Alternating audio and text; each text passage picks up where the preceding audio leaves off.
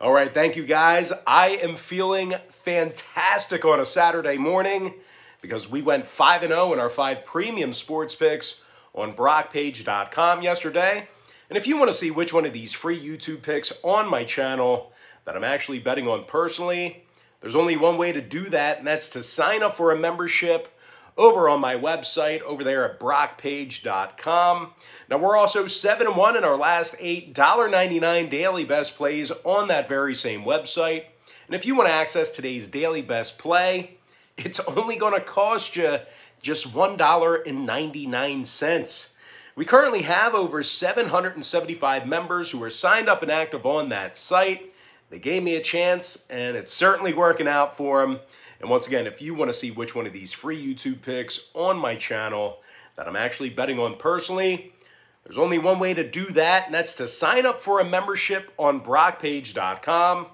Now, the Braves take on the Brewers Game 2, and that's going to be a 5:07 p.m. Eastern first pitch. Milwaukee's up 1-0 in the series. They're also minus $1.25 in Game 2. Total 7 juice to the over. Brandon Woodruff for Milwaukee, Max Fried for Atlanta. Now, Fried went 14-7 in the regular season, 3.04 ERA, and a 1.09 whip. The lefty also struck out 158 batters. Now, the Braves played their best baseball on the road. They're allowing only 3.7 runs a game when they travel. Meanwhile, hitting-wise, this Atlanta lineup is in the top 10 in scoring. Austin Riley hit .303 in the regular season, 33 home runs, and 107 RBI. Riley finished in the top 15 in batting average, RBI, and OPS. Freddie Freeman also finished the year with a .300 batting average and what did he finish with OPS-wise? .896 OPS for Freeman. He was in the top 20 in both of those categories. And one more thing to add about pitcher Max Fried. The Braves have won 10 out of their last 11 ball games where Fried threw out the first pitch. And believe it or not, they're taking on a Brewers club who lost their last 4 straight games where Brandon Woodruff made the start themselves. And as good as Woody looked this season, he still finished the year with a losing 9-10 record, double-digit losses for the Wood Dog. Now, offensively, the Brewers lineup is averaging only 7.7 hits a game. They're actually in the bottom 5 in the majors in that category.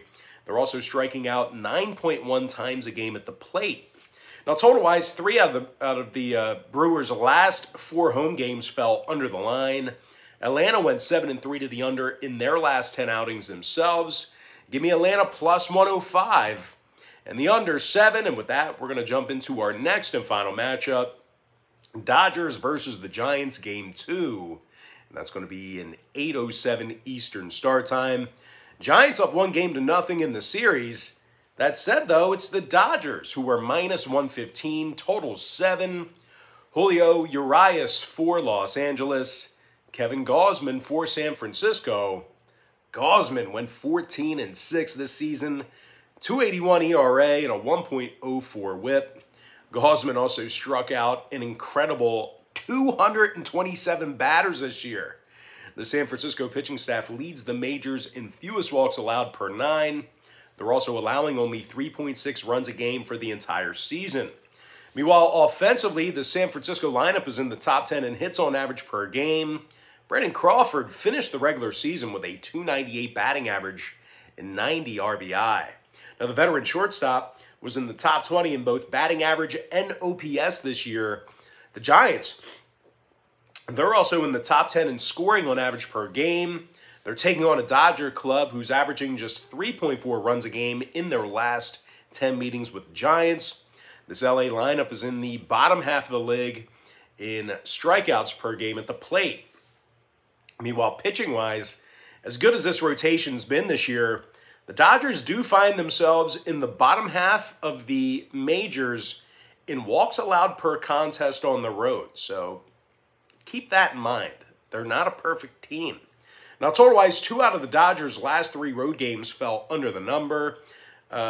Meanwhile, on the other side of things, we're looking at 70% to the under in the Giants' last 10 themselves. Give me San Francisco minus 105 and the under 7.